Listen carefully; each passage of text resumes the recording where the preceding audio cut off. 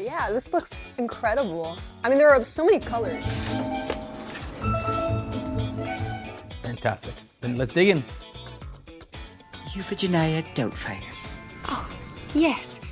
The key of the dish is just to make the smooth, creamy sauce to coat the linguine perfectly. Oh, yeah, you're right. Yeah. You're right. I completely forgot about that. I got confused. Okay. Fine. Catch me, I catch.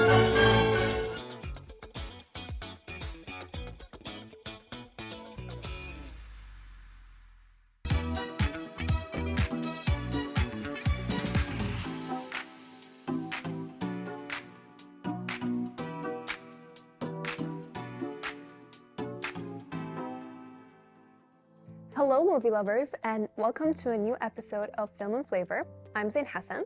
Hello, everyone, and welcome. I'm Ahmed Zayani. Our film for today is one of the most beloved comedies of all time, Mrs.Doubtfire. Mrs.Doubtfire. This amazing 93 comedy was directed by the legendary Chris Columbus, and I think no one could have pulled off the role of Mrs. Doubtfire better than the late, great, legendary Robin Williams. Definitely. Williams brought such heart to the character of Daniel Hillard, a struggling actor who dresses up as a British nanny to be closer to his children after a messy divorce. Oh, it was such a shanda. I should never buy gribbiness from a moil. It's so chewy. No, I feel like Bobby. This is not working. Yeah, no, this isn't working. But don't worry, it's a work in progress, and you're my brother. I will never let you be embarrassed. God bless you. I think we're gonna have to do the entire face. But look at this nice thing, though, we have here. Matchmaker, make me a match. Find me a find, catch me. The movie wasn't just funny, it was deeply emotional too. Who didn't shed a tear when he's playing both roles of having to choose between his children and his own happiness? It was a performance that really showcased Robin Williams' range. You had slapstick humor with Mrs. Doubtfire's antics, but also a lot of vulnerability in the moments where Daniel's just trying to do the right thing for his kids. You know, I don't think we touched on Robin Williams yet on this show. And that's unfortunate because he is without a doubt one of the most influential, most charismatic, most attractive actors to ever grace the screen, I would say. Robin Williams was probably my favorite actor growing up. I remember watching him as the genie in Aladdin, and I just thought he brought so much character to and so much life to everything that he played and everything that he did, even in real life. Oh, absolutely. I mean, I'm going to date myself a bit here and say that I was first introduced to him in the TV show Mork and Mindy. I haven't heard of that. Oh, I think you should give it a watch.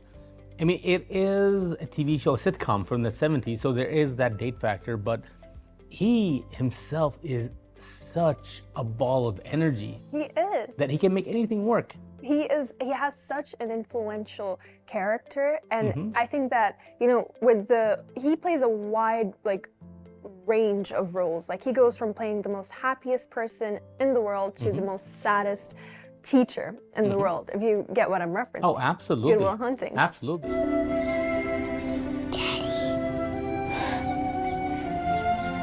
Hi. What's going on? I'm here to pick you up. Your dad's gonna take you for a few hours every day after school. Really? What about the courts? All that legal stuff. Ask your mom. I took care of it. No more supervised visits, no more court liaison. You know, Zain, for as legendary as Robin Williams was, I don't think we've touched on a movie of his yet in this TV show. We haven't. And that's unfortunate because, as far as I'm concerned, Robin Williams is a force when it comes to cinema. He is eclectic, he is whimsical, he has an incredible range, and as far as I'm concerned, he is one of the best actors to ever grace the screen. Growing up, Robin Williams was always one of my favorite actors of all time. I just always felt like he brought so much life and so much meaning to everything that he did, whether it's on screen or off screen. So to see him play a character as difficult and as complex as Mrs. Doubtfire, it was cool to see that dynamic. You know, it's like he's switching from like a role where he's pretending to be a guy, pretending to be a nanny. And that is very complicated to do, especially for an actor. So the way that he was able to pull that off is actually very impressive. Oh, absolutely. I mean, for a lot of people, it's easy to mistake Robin Williams as a purely comedic actor, and he excels in that. Yes. But he also has this other side of him where he's more dramatic. We're talking about things like Good Will Hunting, Dead Poets Society, Bisexual Man, Good Morning Vietnam. He is one of the few actors that's able to balance these well. And I don't think there's a film that truly showcases that as good as Mrs. Doubtfire. Yes. Because you do have these polar opposites, and he navigates it perfectly. He does, and that's what makes him an incredible actor. To go from a very serious, depressed high school teacher to someone who is willing to do anything to make his children happy. It's just, he has a wide range when it comes to his acting career, and I respect that so much.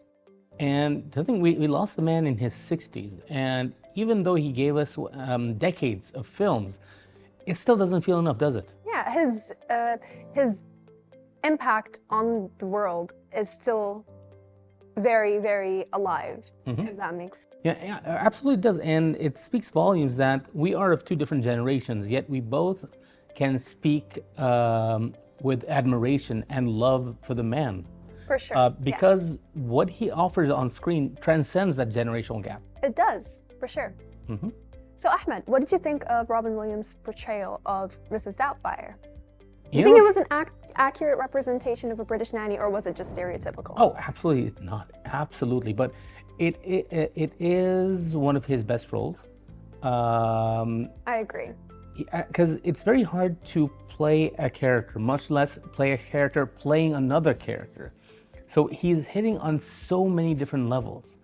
And it's a film that both adults as well as kids can enjoy. It's very rare that you can have a film 30 years ago, and you can still say that about it. I completely agree. And I mean, speaking of the kids, let's not forget the talented young cast. Mara Wilson played the adorable Natalie, and Matthew Lawrence was the oldest son, Chris. Their chemistry with Robin was so heartwarming, it really made us root for the family to come back together. When Robin Williams died, we lost one of the most creative forces in the history of the entertainment world. He seemed able to latch onto any sort of role and make it his. And with that non-stop mind of his. This, of course, has him impersonating a 60-year-old something British nanny who moves in with his own kids in order to be near them. The mask and makeup were done in an absolutely perfect way.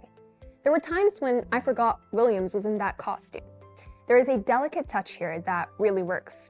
What do you think made the movie resonate so much with the audiences? For me, it's a theme of family. Daniel would do anything for his kids, even disguise himself as a woman and take on a completely different life just to spend more time with them. It is a perfect example of how parents sometimes have to make tough decisions, but they will do it for the love of their children. And how about the director, Chris Columbus? He was fresh off directing Home Alone, which was another family favorite, and he managed to bring a perfect balance of comedy and sentiment to this movie as well. You have to appreciate how much heart went into the script and the performances. Absolutely. And while we're on the subject of heart, the movie was filmed in some of the iconic locations in San Francisco. There's that famous scene where Robin Williams as Mrs. Doubtfire takes the bus across the Golden Gate Bridge. And who could forget the scene in the kitchen? As we're not here just to talk about the movie. We are also here to enjoy the dish that is tied to one of the funniest scenes in the film.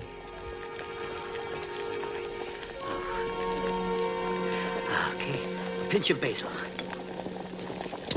Oh, damn!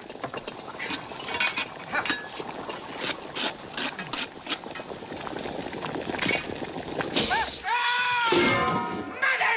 Oh, God, it's gonna blow! Oh, wait! Easy, easy. Oh, damn, calm down. Oh, come on. Yes, the linguine with shrimp and shallot cream sauce. A dish that's actually pretty simple but so delicious. In the movie, Daniel, disguised as Mrs. Doubtfire, is trying to cook a beautiful meal for the family. There's a hilarious moment where he ends up setting himself on fire while trying to cook. Typical Robin Williams. Let's see how Chef Ali Yusuf will prepare the dish without any fire for sure.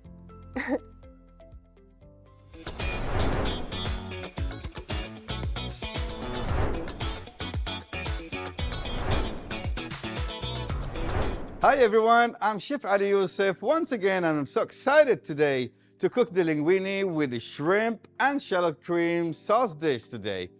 It's actually quite easy to make. The key of the dish is just to make the smooth, creamy sauce to coat the linguine perfectly. Let's begin with, let me show you the ingredients I have. Very little.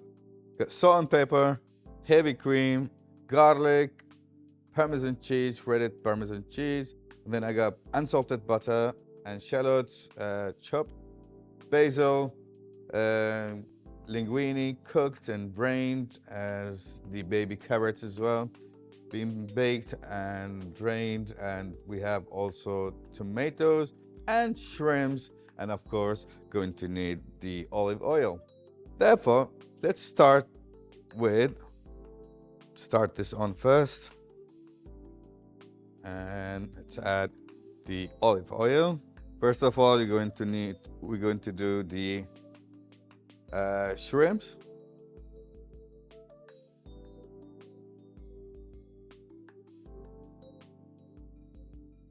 We're going to marinate it with salt and pepper, a bit of seasoning for taste. I'm using white pepper. So.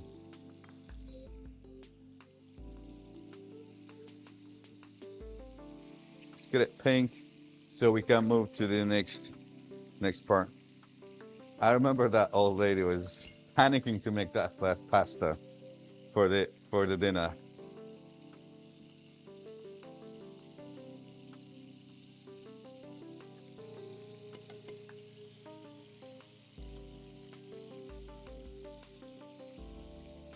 After here, the shrimps are ready. Because remember, we're going to cook them a little bit in the sauce. And as I mentioned earlier, the whole art in this dish is about how to make the sauce. Okay, in the same oil, we're going to add the onions or shallots.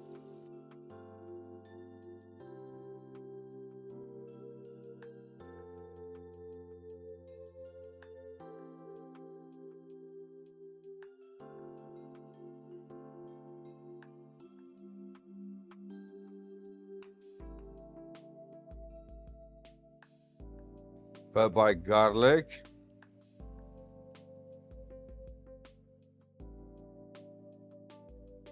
Make sure it's in a medium heat actually, so you don't want to burn things. It's a white sauce. You just need to merge the flavors together. Now we're going to add the heavy cream.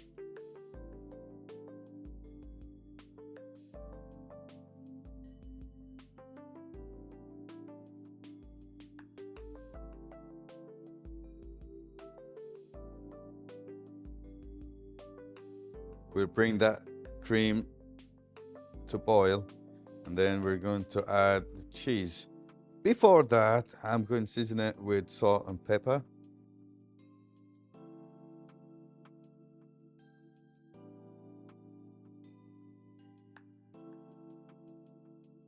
For taste, then pepper. Now we're going to add the cheese now.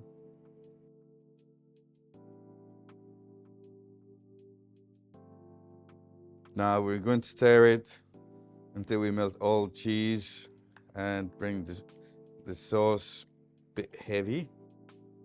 Right, as you see, your sauce is ready. We'll put the heat on very low. We're going to put back the shrimps.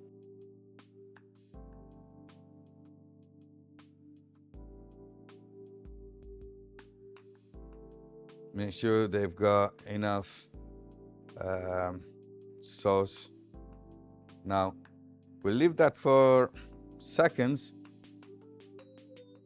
while we going to get the plate, and we're going to put the baby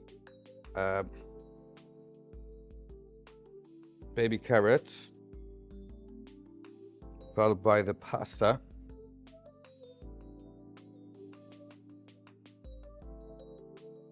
Right, now we're going to place the shrimps on the side. And that's really looks beautiful, actually. As you can see, that's how easy you can cook at home. Right, now we're going to dump the rest of the tomato in there.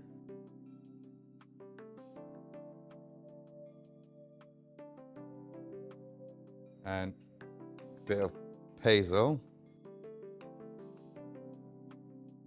I got really big leaves, cut them small. Basil will give you the nice taste and aroma in that pasta. Now we turn that off actually. We put it on top so you can mix your sauce to the pasta and eat it. And there you go. It's there and ready. You can put as much sauce as you like. And here it is, our dish is ready.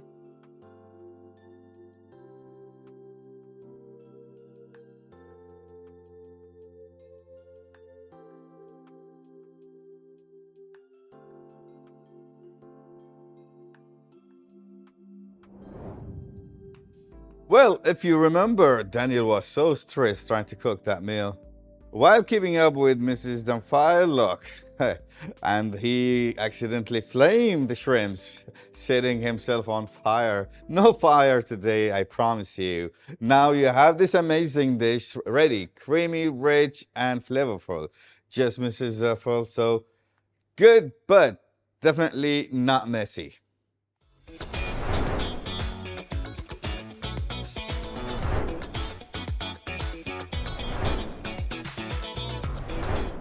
Welcome back. Wow, this looks incredible. This is a dish everyone can enjoy, whether you're a fan of Mrs. Doubtfire film or just a fan of good food. You know what? I think Chef Ali topped himself today, right? He did, yeah. This looks incredible. I mean, there are so many colors happening today.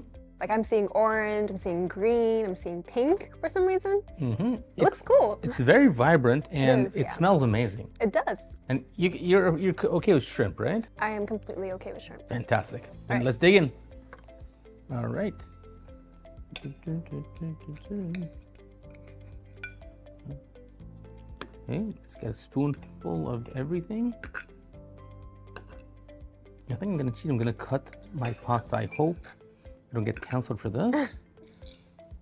Okay. And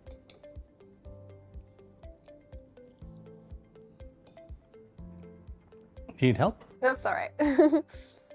Okay. So, what do you think? It's pretty delicious, right? And the shrimps are really complemented by the shallot sauce. The pasta is cooked perfectly.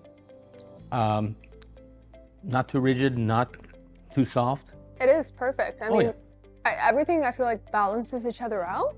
The shrimp really does complement the pasta, and I mean the carrots add a lot of flavor as well. So yeah, this is something I'd definitely try again. I completely understand why this is like such a dish that stood out in the film.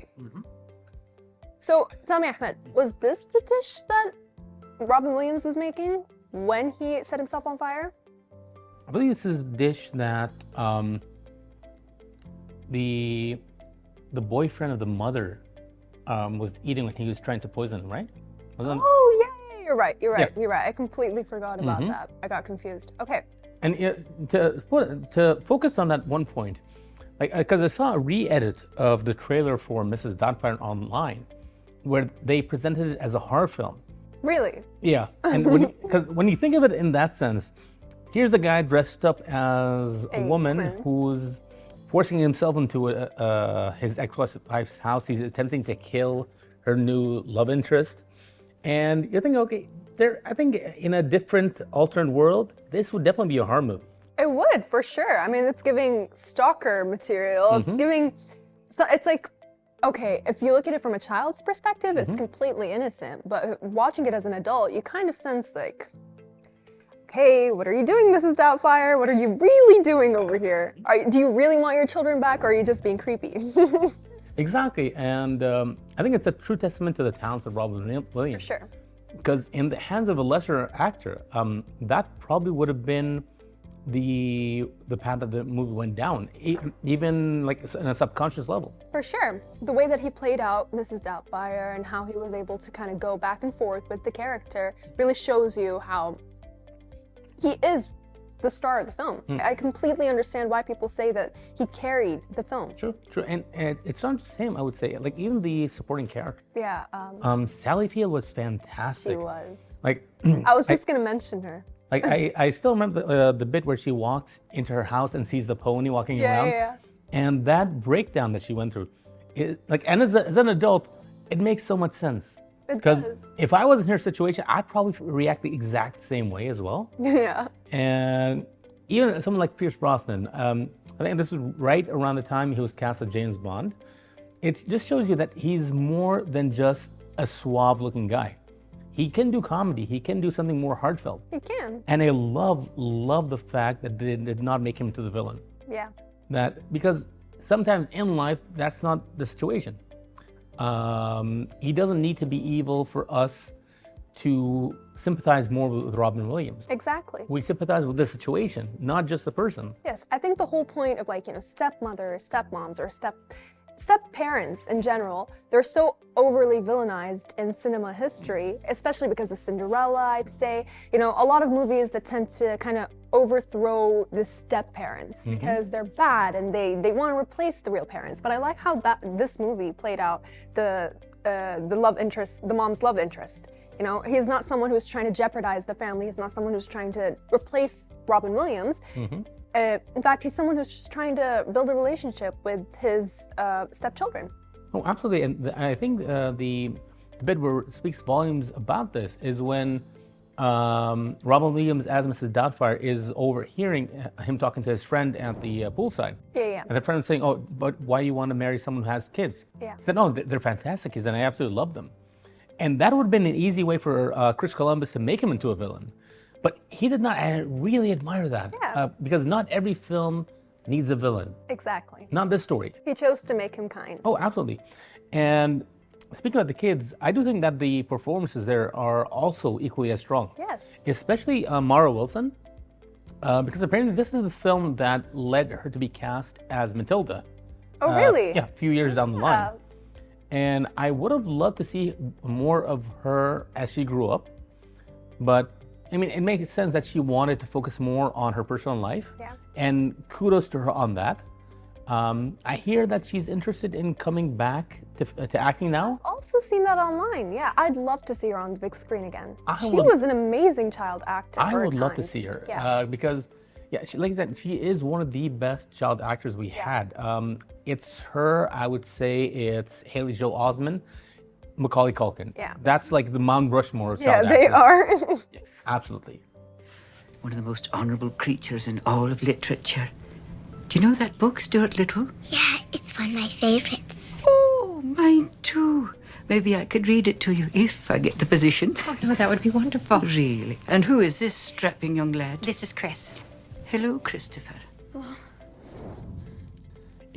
The least thing I can say about this food is that wow, this tastes really good.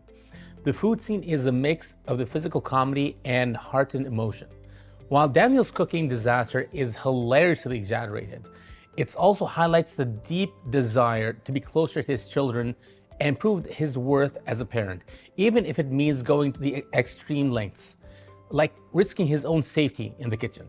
The scene has become iconic not only for its humor, but also for its emotional depth, underscoring the themes of love, family, and sacrifice that run throughout the film. What do you think? For me, what is considered an emotional confrontation is when Daniel explains his actions, expressing how much he loves his children and how deeply he has been affected by the divorce. His face shows vulnerability as the mask of Mrs. Doubtfire falls away, leaving Daniel exposed and heartbroken. He admits that despite all the trouble he caused, his only intention was to be with his kids and remain a part of their lives. that was really touching. Absolutely, I do agree on this. And but thinking back to Mrs. Doubtfire, there are a lot of classical scenes that we can talk about. Yes. But my favorite scene would probably be the scene in the restaurant towards the end, where Downey made the mistake of booking two appointments, one as Mrs. Doubtfire and one as himself. And him going back and forth in the kitchen, the chaos that creates, the confusion, and it leads to a crescendo where you have this emotional reveal. And not to spoil it to our audience, of course, but that just plays on all the facets of Robin Williams' talents. And how it plays off with the rest of the supporting cast is just fantastic. That's a really nice scene. Well, a scene that I'd say is one of my favorites in the film is when Robin Williams, or aka Mrs. Doubtfire, attempts to cook dinner for the kids. But instead of doing that, he just ends up setting himself on fire, which I thought was really funny. So that would probably have to be my favorite scene. Oh, that is an awesome scene. It is a classic. It is a bit basic, I won't lie, but it is. I mean, basic can be good, right? Basic is good sometimes.